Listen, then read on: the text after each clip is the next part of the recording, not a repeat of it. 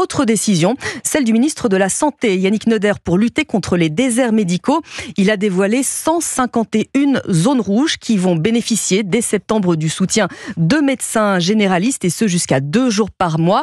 J'accueille pour en parler Agnès Gianotti qui est présidente du syndicat français des médecins généralistes. Mais avant cela, je me tourne vers vous Yasmina Katou parce qu'en résumé, les zones ont été choisies en fonction de certains critères. Oui, ces zones rouges ont été définies en fonction du nombre de patients, du nombre de soignants qui exercent sur le territoire ou encore de la distance avec le centre de santé le plus proche.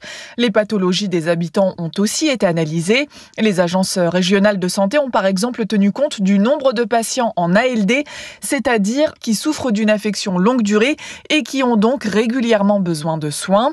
Ces 151 zones prioritaires, elles sont réparties un peu partout en France, dans les départements de la Creuse, de Lyon, la Haute-Loire, l'Aude ou encore dans les Landes. Le principe, c'est qu'à partir du 1er septembre, les médecins volontaires, que ce soit des généralistes ou des spécialistes qui exercent en zone bien dotée, effectuent jusqu'à 2 jours de travail par mois dans l'un de ces territoires où l'accès aux soins est compliqué. Le système reposera sur la base du volontariat pour commencer, mais le gouvernement veut à terme l'imposer à tous les professionnels. À partir du 1er septembre donc, c'est plus de 2 millions de Français qui pourront bénéficier d'un accès aux soins facilité. Merci Yasmina Katou, spécialiste santé d'Europe.